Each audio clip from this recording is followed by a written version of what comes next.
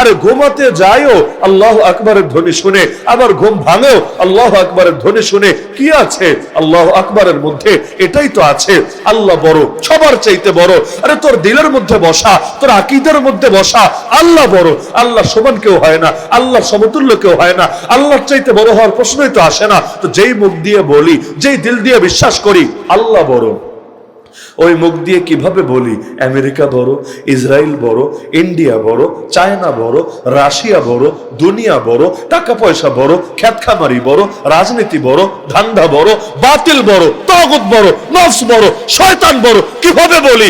যেই মুখ দিয়ে বলেছে আল্লাহ বড়, যেই দিল দিয়ে বিশ্বাস করেছে আল্লাহ বড়, আরে সেই জীবন তো কোরবান হবে আল্লাহর জন্য, কারণ তিনি যেহেতু বড়, সুতরাং আমার তাকেই লাগবে, তাকেই চাই, অন্য কিছু দিয়ে তো আমার চলবে না। তো যখন মেনে নিয়েছে আল্লাহ বড়, আরে আল্লাহর জন্য প্রয়োজনে জান কোরবান হবে, এই কল্লা প্রয়োজনে কাটা যাবে, কিন্তু এই কল্লা নত তো হতে পারে না আল্লাহ ছাড়া দ্বিতীয় কারো সাথে। সত্যের পথ অবলম্বন করুন। KH Islamic media.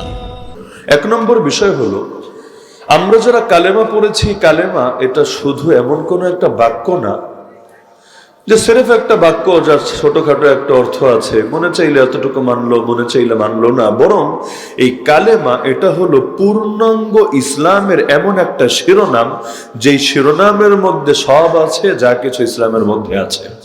Abu Jahl Abu লাহাবের সাথে শুধু এই দ্বন্দ্ব, এক বাক্যের দ্বন্দ্ব ছিল না, এমনকি একবার আবু জাহাল গন্ত এসে আল্লাহ রসুলের চাচাকে বলল যে আবু তালেব তোমার ভাতিজাকে থামাও, কি বললে কি করলে সে থামবে, সে স্পষ্ট বলুক। আল্লাহ রসুলকে ডাকালেন, আবু তালেব জিজ্ঞাসা করলেন যে তোমার কি বলার আছে, তুমি কি চাচ্ছ, ক্লিয়ার ভাবে বলো, তুমি যা চাইবা তারা সেটা করার জন্য রাজি আছে। আল্লাহ রসুল বলেন আমি চাই তারা সকলে একটা বাক্য মেনে নেক। তারা শুনে অবাক, আবু জাহাল পর্যন্ত বলে উঠলো নাম ওয়া আবিকা আশরা, আরে হ্যাঁ এক বাক্য না, তোর বাপের কসম খেয়ে বললাম বাক্য 10টা মানবো, কি বলা লাগবে বলে ফেরো। এক বাক্যের জন্য এত ঝামেলা করার কোনো অর্থ হয় না, কি বাক্য বললে তুমি থামবা, বাক্যটা বলে ফেলো। নবী বললেন তাহলে বলেন লা ইলাহা ইল্লাল্লাহ মুহাম্মাদুর রাসূলুল্লাহ। তারা বলল আজআলাল আলিহাতা ইলাহান ওয়াহিদা ইন্না হাযা লাশাইউন উজাব, আরে এটা তো পারবো না, এত মাহবুদকে মাত্র এক মাহবুদ বানিয়ে ফেলেছে, এটা তো বড় আশ্চর্যজনক কথাবার্তা। এতজন মিলে অভাব দূর করতে পারে না, এতজন মিলেই বিপদ থেকে মুক্তি দিতে পারে না, একজনে কি করবে? এটা তো সম্ভবই না। দুনিয়ার সব মানতে রাজি আছে, এই বাক্য মানতে রাজি না। তো লা ইলাহা ইল্লাল্লাহ মুহাম্মাদুর রাসূলুল্লাহ পূর্ণাঙ্গ আদর্শ। লা ইলাহা ইল্লাল্লাহ মানে তাওহীদ, মুহাম্মাদুর রাসূলুল্লাহ মানে সুন্নাহ। লা ইলাহা ইল্লাল্লাহ মানে জীবনের সব ক্ষেত্রে আনুগত্যের উপযুক্ত, বিধান মান্য করার উপযুক্ত, হুকুম মান্য করার উপযুক্ত একজনই আছেন, তিনি কে? আল্লাহ। যেদিন জন্মেছিলাম ডান কানে বাম কানে উভয় কানে শুনিয়ে দেওয়া হয়েছিল আল্লাহু আকবার, আল্লাহ বড়, সাধারণ বড় না। সাধারণ বড়কে আরবিতে বলে কাবীর, আল্লাহু কাবীর বলি না, বলি আল্লাহু আকবার। আকবার যেন তেন বড়কে বলেন, আকবার মানে যিনি সব বড়র চাইতে বড়, সবার চাইতে বড় যিনি, তাকে বলা হয় আকবার। তো আল্লাহু আকবার, আল্লাহ হলেন সবার চাইতে বড়, তার চাইতে বড় কেউ হয় না, তার সমতুল্য কেউ হয় না। সেই যে আমাদের ডান কানে বাম কানে গেঁথে দেওয়া হলো আল্লাহু আকবার, আল্লাহু আকবার। এরপর যখন বুঝতে শিখলাম তখনও দেখি আজানও বলে আল্লাহু আকবার, ইকামতও বলে আল্লাহু আকবার, নামাজও শুরু করি এটা বলে আল্লাহু আকবার। এক রকম থেকে আরেক রকমে যাওয়ার সময় বলি আল্লাহু আকবার, ঈদগাহে যাওয়ার সময় বলতে বলতে যাই আল্লাহু আকবার, আল্লাহু আকবার, লা ইলাহা ইল্লাল্লাহ, আল্লাহু আকবার, আল্লাহু আকবার, ওয়ালিল্লাহিল হামদ। এমনকি উঁচু স্থানে ওঠার সময় বলতে হয় আল্লাহু আকবার। আরে শেষ বিদায়ের পর আমি যখন খাটিয়ে শুয়ে থাকবো, এক ইমাম সাহেব আমার সিনার সামনে এসে দাঁড়াবে, জামাত শুরু হবে, তখন ইমাম আমাকে সামনে রেখে একবার না, দুবার না, তিনবার না, 4 বার বলবে আল্লাহু আকবার, আল্লাহু আকবার, আল্লাহু আকবার, আল্লাহু আকবার। শুরুতে আল্লাহু আকবার, শেষে আল্লাহু আকবার, মাঝে আল্লাহু আকবার। আরে ঘুমাতে যায়ও আল্লাহু আকবারের ধ্বনি শুনে, আবার ঘুম ভাঙেও আল্লাহু আকবারের ধ্বনি শুনে। কি আছে আল্লাহু আকবারের মধ্যে? এটাই তো আছে, আল্লাহ বড়, সবার চাইতে বড়। আরে তোর দিলের মধ্যে বসা, তোর আকীদার মধ্যে বসা, আল্লাহ বড়, আল্লাহ সমান কেউ হয় না, আল্লাহ সমতুল্য কেউ হয় না, আল্লাহর চাইতে বড় হওয়ার প্রশ্নই তো আসে না। তো যেই মুখ দিয়ে বলি, যেই দিল দিয়ে বিশ্বাস করি আল্লাহ বড়, ওই মুখ দিয়ে কিভাবে বলি আমেরিকা বড়, ইসরায়েল বড়, ইন্ডিয়া বড়, চায়না বড়, রাশিয়া বড়, দুনিয়া বড়, টাকা পয়সা বড়, খ্যাতখামারি বড়, রাজনীতি বড়, ধান্দা বড়, বাতিল বড়, তাগুত বড়, নফস বড়, শয়তান বড়, কিভাবে বলি?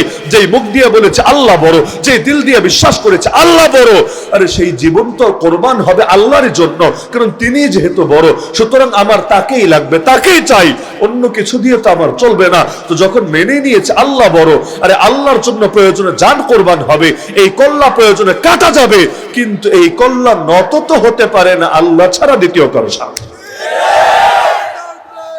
তো আল্লাহ যেহেতু বড়, সবার চাইতে বড়, তার মানে আল্লাহর আদর্শ সবার উপরে। কারণ আল্লাহরে বড় বলবো আর আদর্শ অন্য কারোটা মানবো, তাহলে আল্লাহ বড় থাকে কিভাবে? বললাম তো আল্লাহ বড়। তো আল্লাহ যেহেতু বড়, আল্লাহর বড়ত্ব তো ধরে রাখা লাগবে। মসজিদে আসলো আল্লাহ বড়, মাদ্রাসায় আসলো আল্লাহ বড়, মাহফিলে আসলো আল্লাহ বড়, খানকায় গেল আল্লাহ বড়, তবলিগে গেল আল্লাহ বড়, মার্কাজে গেল আল্লাহ বড়, তাসাউফে গেল আল্লাহ বড়, রাজনীতিতে গেলেও আল্লাহ বড়, অর্থনীতিতে গেলেও আল্লাহ বড়, কোর্ট কাছারিতে গেলেও আল্লাহ বড়, পার্লামেন্টে বসলেও আল্লাহ বড়, জীবনের সব ক্ষেত্রেই তো মানতে হবে আল্লাহ বড়। আর মসজিদে আসলে মানি আল্লাহ বড়, তাই নামাজ পড়ি আল্লাহর বিধান দিয়ে, মাদ্রাসায় আসলে মানে আল্লাহ বড়, এলেম শিখি, এলেম চর্চা করে আল্লাহর বিধান মেনে, মাহফিলে আসলে স্বীকার করে আল্লাহ বড়, ওয়াজ শুনি আল্লাহর আদর্শের কথাগুলোকে সামনে রেখে। তো রাজনীতিতে গেলে তখন আর মনে থাকে না আল্লাহ বড়, তখন মনে হয় আমেরিকাই তো বড়, ধান্দাবাজি তো বড়, ইন্ডিয়াই তো বড়, চায়নাই তো বড়। বিধান বানাতে গেলে তখন আর মনে থাকে না আল্লাহ বড়, যা মনে চায় হালাল করে, যা মনে চায় হারাম করে। আরে আল্লাহ যদি বড় হয় তোর কাছে, পতিতালয় এগুলো খোলা রাখলে কিভাবে? আল্লাহ যদি বড় হয় তোর কাছে, মদের বারের লাইসেন্স দিলে কিভাবে? আল্লাহ যদি বড় হয় তোর কাছে, কাদিয়ানীদের আজও মুসলিম ঘোষণা না করে পারলি কিভাবে? যদি আল্লাহ বড় হয় তোর কাছে, আজও পর্যন্ত বেহায়াপনা, বেলাল্লাপনা, অশ্লীলতার সয়লাভ ঘটাচ্ছিস কিভাবে? যদি তোর কাছে মনে হয় আল্লাহ বড়, আজও বাংলাদেশের অর্থনীতিকে সুদের ভিত্তিতে পরিচালনা করছিস কিভাবে? যদি মনে হয় আল্লাহ বড়, মানুষকে মানুষের গোলামি করতে বাধ্য করছিস কোন দুঃখে? যদি মানুষে আল্লাহ বড়, আরে হুকুম তো একমাত্র তারটাই মানতে হবে।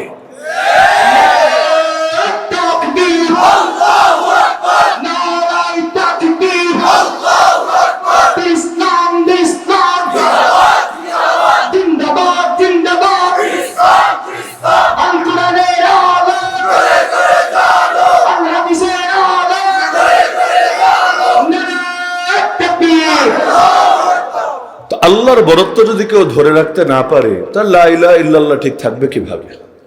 লা ইলাহা ইল্লাল্লাহর মধ্যে লা ইলাহা তো এক তরবারি, এই তরবারি দিয়ে দুনিয়ার সব বাতিলের সাথে সম্পর্ক যেটা ছিল কেটে দিয়েছে, আর ইল্লাল্লাহ বলে আল্লাহর সাথে সম্পর্ক জুড়ে দিয়েছে।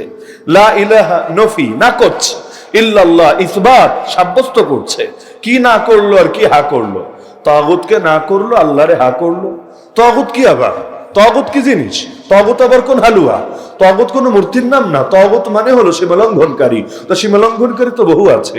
ইযহাবা ইলা ফিরআউনা ইন্নাহু তাগা, তাহলে কোন সীমালঙ্ঘনকারীকে তাগুত বলে? ওই সীমালঙ্ঘনকারীকে বলে সে বান্দা হয়েও বান্দার সীমারে লঙ্ঘন করে রবের অধিকারে দখল বসানোর চেষ্টা চালাচ্ছে। যেমন গায়েব জানে একমাত্র কে? এখন যদি কোনো গণক বলে, কোনো জ্যোতিষী বলে সে গায়েব জানে, ও তাগুত। কেন?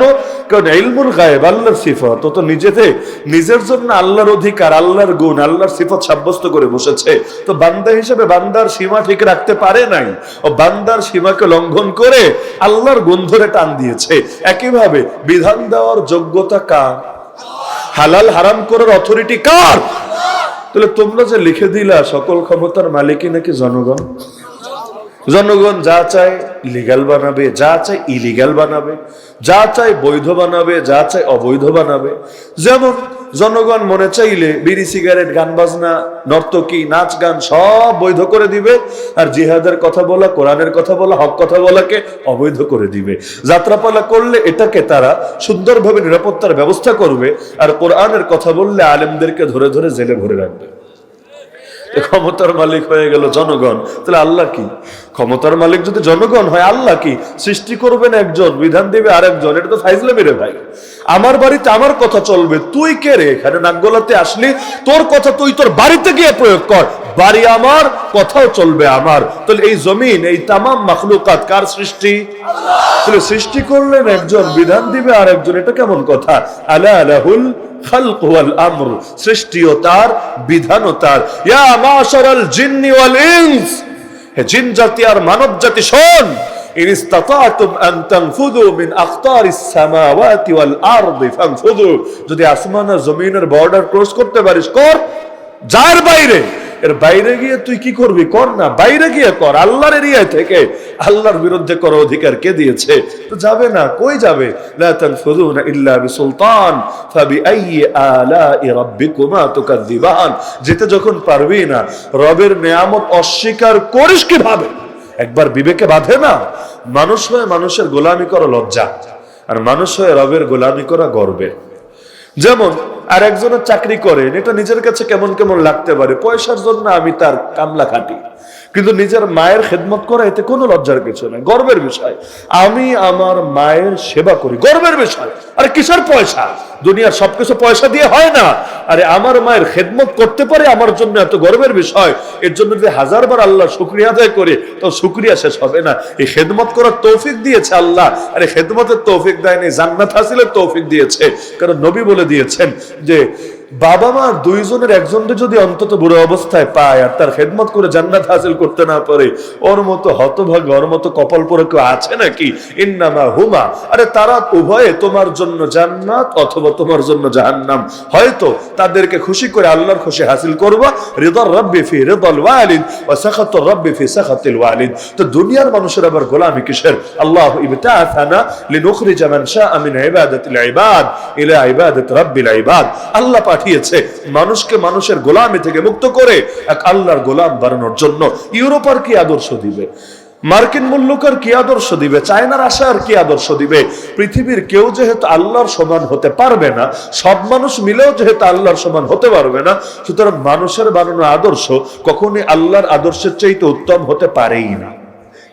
তাহলে লা ইলাহা ইল্লাল্লাহ মানে হুকুম চলবে কার? আর যদি বলেন আল্লাহর হুকুম চলবে না, আপনার মুখে লা ইলাহা ইল্লাল্লাহ মানায় না। কারণ লা ইলাহা ইল্লাল্লাহ মানে আল্লাহর হুকুম চলবে এবং সেটাই আপনাকে মানতে হবে। নামাজেও, রোজায়ও, ব্যক্তি জীবনেও, পরিবারেও, সমাজেও, রাষ্ট্রেও। ভালো না লাগলে আল্লাহর দুনিয়া ছাড়েন, আল্লাহর দুনিয়া ছেড়ে নিজে দুনিয়া বানায় না, এখানে গিয়ে যা মনে চায় করেন না। কে না করেছে? খাবেন আল্লাহর, ভোগ করবেন আল্লাহর, দিন শেষে বলবেন আল্লাহ আবার কি, আল্লাহরটা কেন মানবো?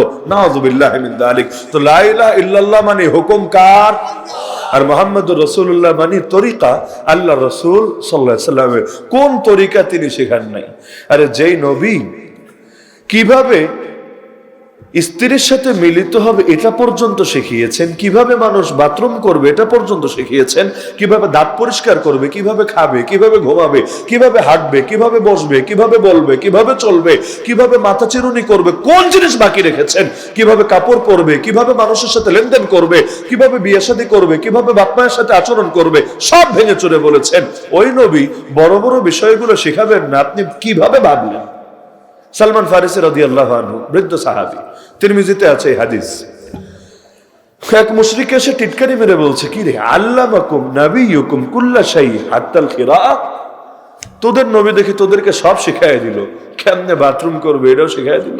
টিটকারি মেরে বলছে যে নবী তিনি বড় বড় বিষয়ে কথা বলবেনই, কেমনে কি বাথরুম টাথরুম এগুলো নিয়ে নবী আলোচনা করে, তাহলে সে বলছে পচানোর জন্য।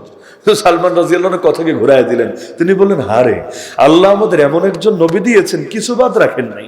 তিনি বলে দিয়েছেন যখন বাথরুম করব কিবলার দিকে যাতে বুকও না দেই, পিঠও না দেই। ভালো করে শোন, যখন বাথরুম করব তিনি বলে দিয়েছেন যাতে আমরা ডান হাত দিয়ে ময়লা পরিষ্কার না করি। তিনি বলে দিয়েছেন যখন বাথরুম করব আমরা যাতে 3টা ঢিলা ব্যবহার করি। তিনি বলে দিয়েছেন যখন বাথরুম করব আমরা যাতে গোবর দিয়ে বা হাড্ডি দিয়ে সাফাই না করি, বরঞ্চ ভিন্ন কিছু দিয়ে করি। দেখ কি শিক্ষা দিয়েছে আমাদেরকে। এমন নবী পেয়েছে, ভাগ্যের বিষয়। সূক্ষ্ম থেকে সূক্ষ্ম বিষয়গুলো পর্যন্ত আমাদের শিখিয়েছে, জানিয়েছে, বুঝিয়েছে, দীক্ষা দিয়েছে, সব রপ্ত করিয়ে দিয়েছে। গর্বের বিষয়, আল্লাহ আমাদেরকে এমন একজন নবীর মাধ্যমে কামেল দ্বীন দিয়ে দিয়েছে। গর্বের বিষয়। তাই নবীরে মানলে তো পুরোই মানতে হবে। নবীর তরিকায়, আপনিও বলেন নবীর তরিকায় শান্তি, নবীর তরিকায় মুক্তি। এমনকি নাস্তিকরা জিজ্ঞাসা করেন, এই ইসলাম শান্তির ধর্ম মানিস কিনা? বলবে হয়, এই বাক্য তো মানি, ইসলাম শান্তির ধর্ম, এটা ওরাও বলে। কেন?